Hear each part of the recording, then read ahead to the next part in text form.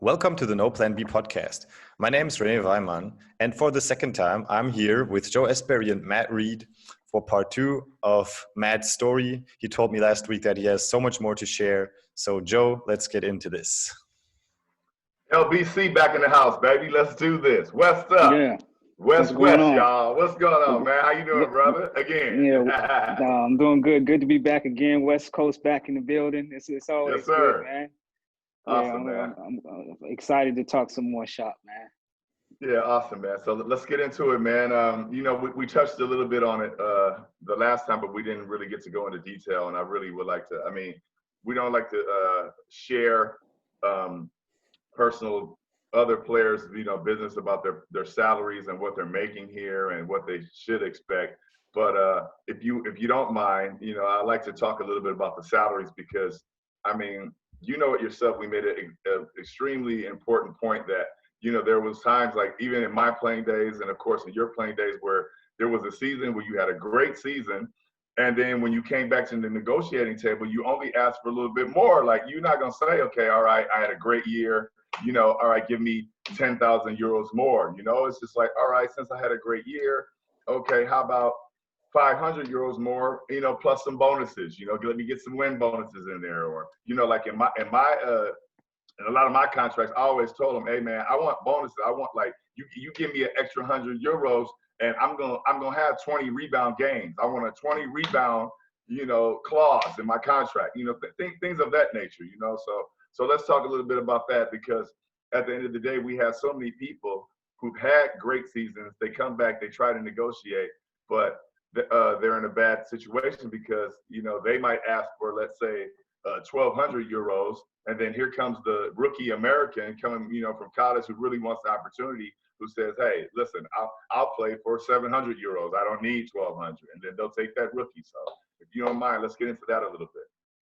Yeah. First off, I always look back and I always say, man, how lucky I was to play 10 seasons straight in Germany and kind of claw my way back up from the third division at the time, which was Regionalliga in 2007, and claw my way up all the way to one of the top leagues in Pro A, and also have an opportunity to move a Pro A team up to the first league, winning championships in Pro B, Pro A, and the first league.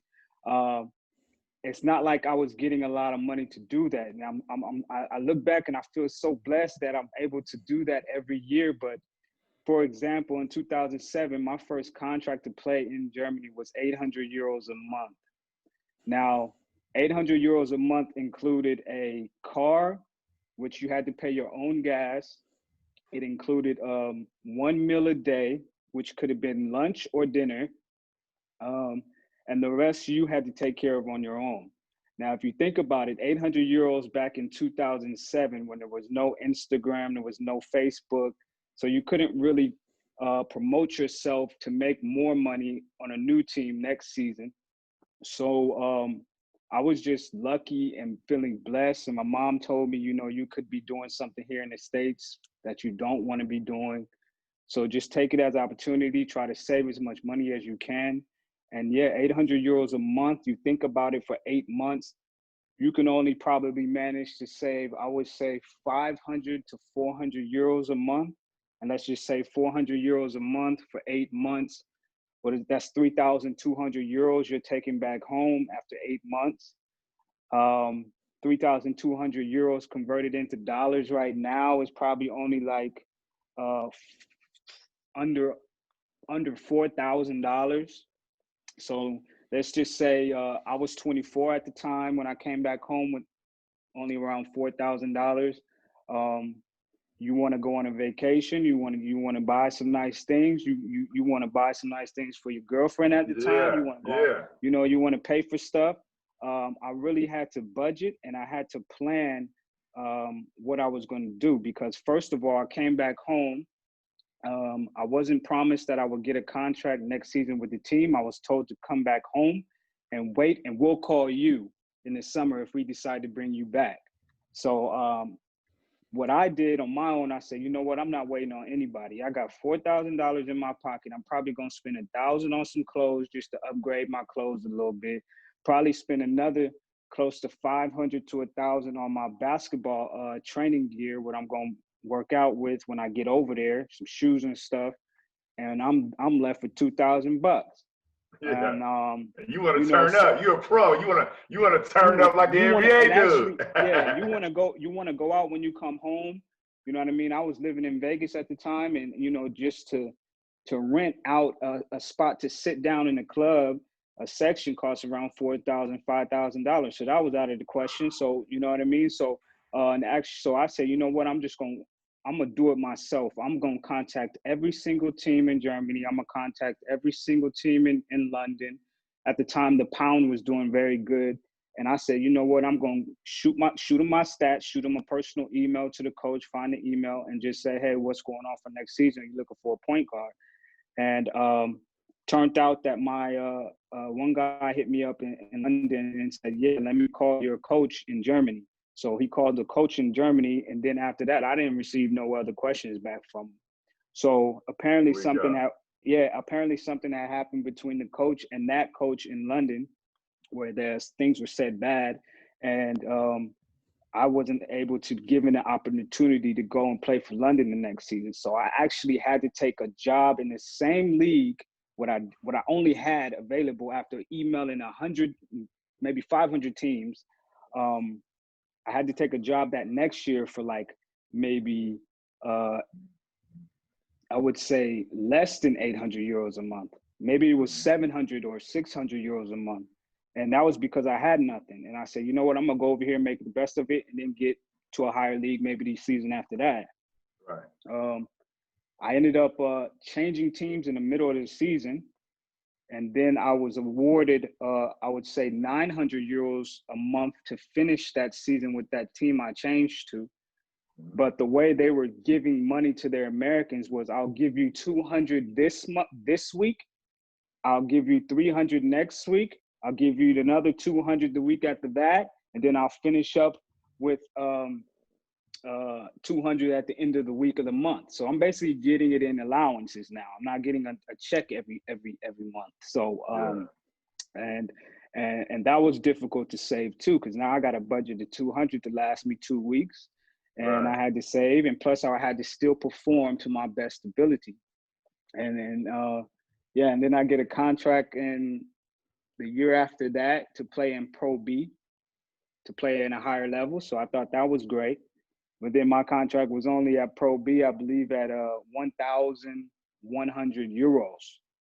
Yeah. So that was a little bit more professional, where I was getting my money every month on time.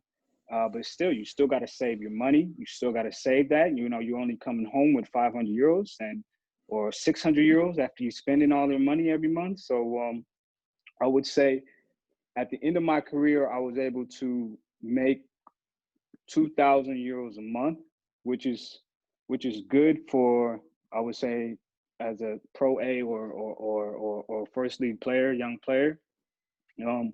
But still, again, after I was done playing and retired, I was lucky that I had something to transition into in business, where I had to take a risk. And then as I got older in Germany, I said, I want to be on another level. I want to get my German pass, where I can at least be a German player in Germany. And then I'll have more opportunities to play for teams. And that didn't really work. It worked out for me well. But I had to go to school, get my German pass, learn the language, and then I have my German citizenship, which I had to give up my American citizenship to receive my German citizenship. A lot of guys have both nowadays, but when I did it, I was only able to have either or. And that helped me towards the end of my career of getting jobs a lot easier. But with the money that's going on, it's not like everyone thinks. You don't come over here and you're not a millionaire unless you come right over here. There's guys, that are signing great contracts in the first league. I mean, you can come over here and make $1 million. You can come over here and make hundreds and hundreds of $1,000s. You know what I mean? So, but when I played, it wasn't like that. So I had to find ways to save my money. I had to find ways to find a new team the next season. Because the loyalty here it's very cutthroat, I would say, with management here. To a lot of guys, I would say to a lot of young guys, don't get comfortable over here. Don't think the team is going to automatically bring you back because you're averaging 23, 24 points a game. You guys are successful and you won a championship. Don't be comfortable because there is no loyalty in professional basketball in Germany, from what I experienced. You have to always look to see what you're going to be doing next. You know what I mean? It could be a situation at the end of the season that, like I had a situation, I was making 1,200 euros a month. And I said, okay, we won the championship this year. We moved up. To come back, I want to at least have a raise to double my what I made last year to come back. And you deserved a raise too, because you helped them move up and you were the star of the team that scored the most points. Right. So that's what I thought going into negotiations. And then you go home and you fall into the trick bag sometimes where somebody says, we'll call you when you get back. Yeah. So a lot of young, what I did towards a lot of years, I was like, no, you're not calling me. We're going to handle this now before I leave, because you're either going to sign me before I leave for next season, or then I'll just start looking for other teams right now. So as I start to find out how the business is working is, though, a lot of teams will see, okay, well, we can bring him back, but there's a guy in the States who will take 800 euros to come and play. And he's in college and he needs a job, and there's millions of Americans. So for a lot of years, I would say a lot of years, the salaries for Americans was going down because you was having, say that guy came over here for 800 euros and then he was successful over here and helped the team win a championship. So now the team and the management thinks, well, if we can always get cheap Americans and be successful, then that's great for us because we're gonna make a lot of money off of them. They need a job so bad they'll come over here and then they'll be successful, and everything at the end of the day is great. At the time, that was really what was going on for like 3-4 years, man. It was hard to get a job the next season and be successful because somebody else will come and pay for half your salary. It don't matter. Definitely. So that was a big problem. It's starting to change now. They're starting to give guys a lot 2-year contracts, some good money and things like that. So yeah, man, I was literally living like day to day. I mean, my wife now tells me like, yo, that's like not even normal German ways of living. Like government doesn't, like, if somebody is doing it like with business and government housing and the way you're supposed to get a paycheck every month to work here, like you're living like you're getting a paycheck, or they're offering you a contract like you're unemployed. So it's like they have to offer you a certain amount of money in your contract. So, because that's the normal law to hire employees in Germany. And a lot of those years, most of my years, a lot of teams were offering me under that specific law of how they're supposed to pay the money. But it's hard to control that. Here in Germany, it's not so focused on that. First league, of course, Pro A, of course. But as you get to a league lowers and lower, they don't care about that. They'll give you 500 euros to come over here and play. Not even caring that you still got to live off of that money. Right. Yeah, no doubt. And let me take it a step further now. Now, as like you said, of course, in the first league, in the Pro A, yes, the conditions have definitely changed. But from everything downwards, it hasn't gotten better, because think about it. Back in 2007, when you played, you picked up, 800, I think you said. And that's what I mean. And now imagine this. There's guys that come over here now. They're playing in now. They're making 800. I'm not going to, put people's personal business out there, but I know guys who are making 800 with no meal, with no car, have to share apartment with 2 or 3 other people, and it's like you said, man, and for us, we're not dry snitching. We're just trying to put the information out there so that guys will realize that when you come here, first and foremost, like I always say, be humble, understand that you have an opportunity. But think about what you're going to do. I mean, is this for me? Can I live like that? Or, maybe I should, use my plan B and use my degree and really go back to work. I mean, it worked out for you. And let's be really clear here for all the listeners.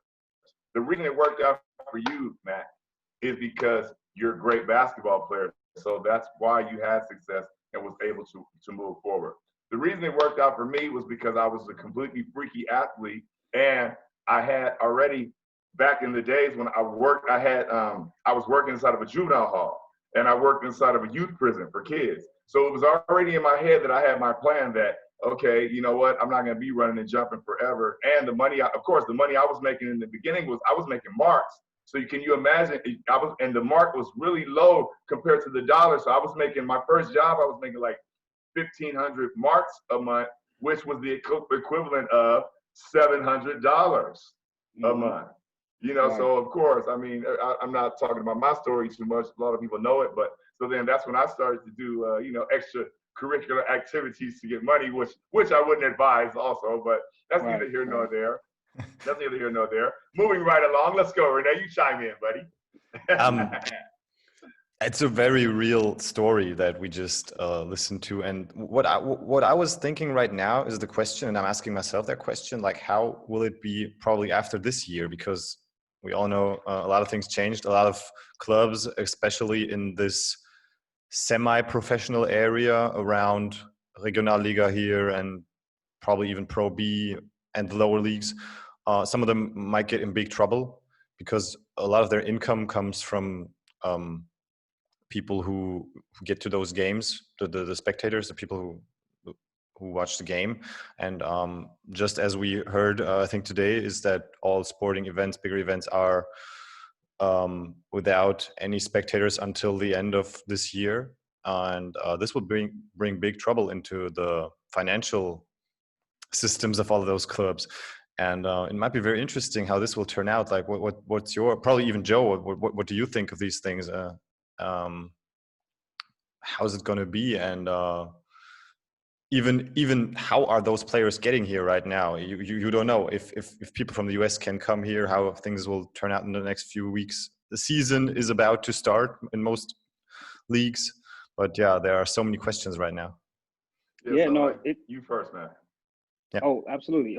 No, absolutely. Yeah. From what I've heard and what I know, everything's running as normal as not as normal as before. So basically, the players are here. Training camp has started. The salaries for players on some teams have dropped because you know, without any fans, they're not making no money. So a lot of these small budget teams are taking a big hit. Therefore, the salaries on those teams for the players are going to take a big hit too as well, and a big decrease. But like everything I've done in the past, like turn a negative into a positive, because at the moment, if you have an opportunity to come over here and play for a low budget team, even though the salary does drop, continue to do that, because you never know what opportunity that's going to present yourself for next season. Because at the end of the day, you got to fight through these times right now as with all means necessary. And that's exactly what I had to do before this pandemic was here. So it's like I'm basically used to going through situations like what's going on with teams now. I totally get it. Yeah, of course. Every crisis also brings a lot of opportunities, and probably a lot of ball players are not coming here right now because of that. Right. And if you're the one in the front line right now, if you get through this, probably you're the first next year to make a big deal in the next season or in the second part of the season. So after those, or inside those crises, there's also always a lot of opportunity. I'm sure you know that with all of your risks that you have been taking through your life and everything that you've been through on a micro level compared to what's happening right now, but still, that's great. Yeah, for sure. And I mean, you know, just from talking to the agent I'm working with Mike, and from talking to a lot of different managers and coaches, yeah, everyone's going to take a hit when there's no fans. We all know that. But it's just like you both said, you know, if you're if you're that guy still chasing the pro basketball dream, you know, you've already been in the war, you've been fighting it and chasing it. So keep on chasing it and just hope that, you know, things will get better. As time goes on, things definitely have to get better. But at the same time, be humble and don't think for 1 second that you're going to be making, tens of thousands of euros and dollars when there's no fans. I mean, it's just not going to happen. And on the lower level, what's going to happen is I'm 100% sure they're going to say, okay, why should we go with it if we're in the Pro B and we're not really going to make a push to the Pro A? We're not a top 3 team. Then we don't need a foreign player. We can just develop all of our young European players, German specifically, and just ride it out. And then once everything gets back to normal, okay, now we're in a position where we can try to move up. Let's go get a foreigner. So I think, you know, a lot of guys are going to be surprised too. And I told all the guys at our agency, I told all the guys that I know on a personal level, hey, listen, I don't care what that opportunity is, and I don't care how much you're making. If you see a contract in front of you, you better sign it because it will disappear quickly. Oh yeah, it disappeared quickly. That's what I mean. And always go with your gut feeling too. And what I did was I didn't really get into purchasing an apartment when I first came over here. My second year I was over here, I purchased an apartment in Las Vegas. And then immediately I got out of that contract after like 6 months. I was lucky enough to get out of the contract, the leasing a contract, because you don't know. A lot of guys think, okay, I'm making the euros over here. I can pay for my apartment every month. I can pay for my car insurance every month, things like that. But just wait on that. You know what I mean? Save as much money as you can. Play for as long as you can every single year over here. And then when you get done, then decide to get the car, get the apartment. Now, it's different if you have kids and a wife back home. And that's something totally different. But if you're single, if you have even if you just have a girlfriend, you don't have any kids or things like that, just focus on saving that bread first, and then go into your decision making after 3-4 years, that you have a good amount to sit on first, because you don't know what happened. You can get injured, have to go back home in the middle of the year. So yeah, that was my biggest thing, and I'm super lucky that it happened the way it did. Man, I'm so glad you brought that up too, man, because I'll never forget, I got a big lump sum when I played in Finland. So, you know, I go back home and, you know, I got, you know, some extra cash, and I'm feeling like an NBA dude. But man, after a weekend in Vegas, man, that cash evaporated, and I couldn't wait until August, bro. Like, I was begging for a job. Like, listen, I'll play on the moon. I'll play on Mars, guys. If you guys need a guy 6'5", dunking everything, guys, I'm your guy. Sign me now. Let's sign up.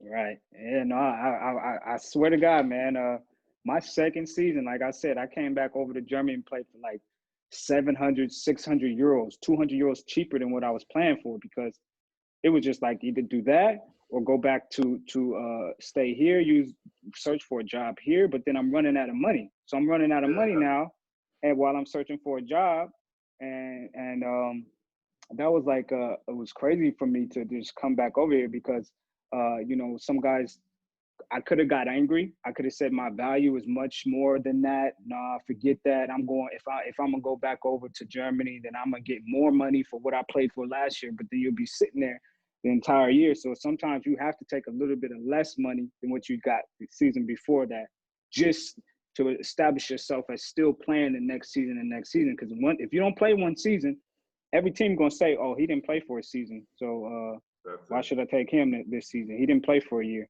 And they don't give a damn if you didn't play only because it was 500 euros cheaper or 1,000 euros cheaper. They want to know if you're healthy and if you're still on a continuum of playing at a level of performance. Exactly. It's out of sight, out of sight. But and Renee, let me ask you this. I'm sorry to cut you off, but let me ask you this. I mean, what do you actually think about the salaries that are going on right now, Renee? Because just because of inflation alone, you would think that, you know, that, I mean, they would have to raise, but you know, it's just, in a lot of teams, it's just still the same, and I don't get it. I don't see how guys can really live. Yeah, but it's also great advice that he gave, not to wait on the team to call you back. I mean, you have a lot more options if you look for yourself when the season is over. Like probably even before the season is over, you should look for other options that you have, at least to have them, and to somehow have a better overlook about the whole situation. Like, what can I get next year? Like, I look at my stats right now, look where we play and everything. And that gives you much more options. If you wait until next season almost starts and they probably not call you, as they said, you might get in trouble, and you have a lot less options, and also worse options too. Oh yeah. I mean, I like a lot of times too, of the guys now are starting to post mid-season highlights. Yeah. Because if you don't have a contract offer from that team and you're only there for one season, and my mid-season highlights go out and nobody's talked to me about renegotiations for next season, then that's going to already put out a certain type of notice to other teams that, hey, we can sign him now for next season because his team that he's playing for currently is not offered him a contract for next season. So a lot of times when back in the day when I played, it was tough. Yeah, I said I am not leaving German soil and going back home until we talk about either you sign me for next season or you don't. And if guys have an agent, if you have an agent, he has millions of other players too. So you can always contact the team, and if the team contacts you back, then you refer that team to your agent. You can even forward the email to your agent. Hey, this team contacted me. Therefore, you don't never stepping on your agent's toes like this. And as I had a German agent here who was more, shout out to my agent, Chune, when I had my German pass.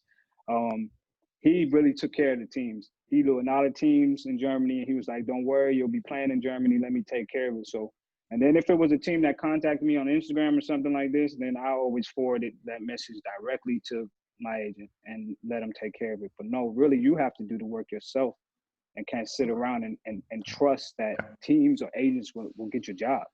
For sure. And Matt, let me ask you this. So what do you think about, do you think there should be some type of a union here or maybe where guys just say, okay, listen, this is the minimum salary that, okay, this is, let's say, for instance, Regionalliga, all right, all Americans, all Russians, whatever, Yugo, Croatian, you're a great player.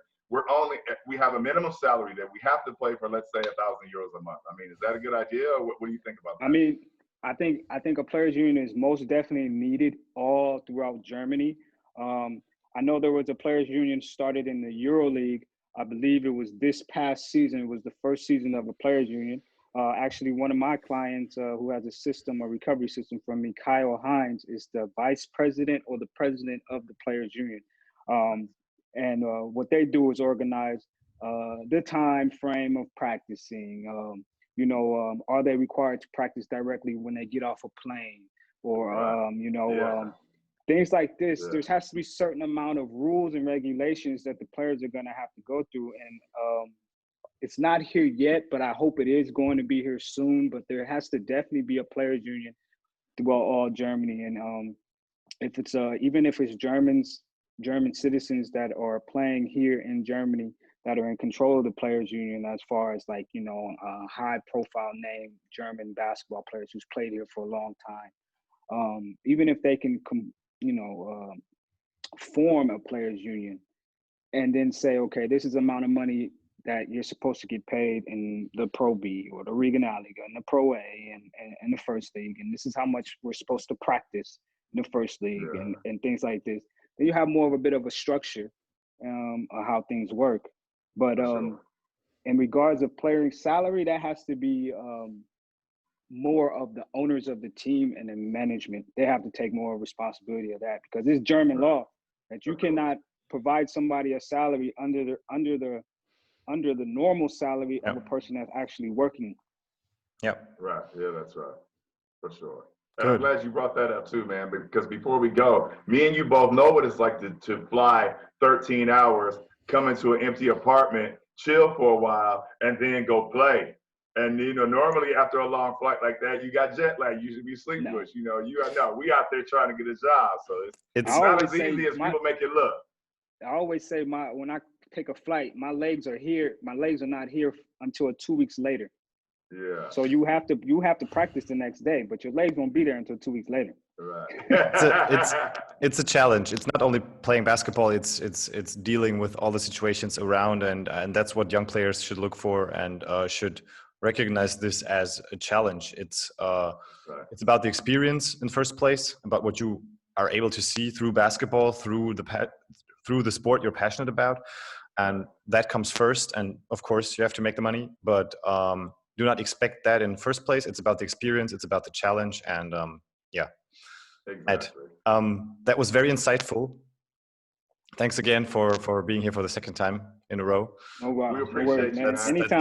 That's really insightful. That's really insightful for players who look for it, because we even spoke about how much money, and that's also interesting. And it's great that we brought that up in this episode. And we appreciate you, because at the end of the day, thanks it's still a paid vacation, right, Matt? Let's keep it real. Yeah, at the end of the day, you're still getting paid to do what you love to do. It's paid vacation, guys. It don't matter what league it is, man. That's right. Good to see you again, Renee. Too. We hope that this information helps the youngsters, man. And of course. And I want to let the listeners know before we go. Yeah. I don't use profanities because of my partner Renee. I have so much respect for him, man, that I always keep it clean out here, guys.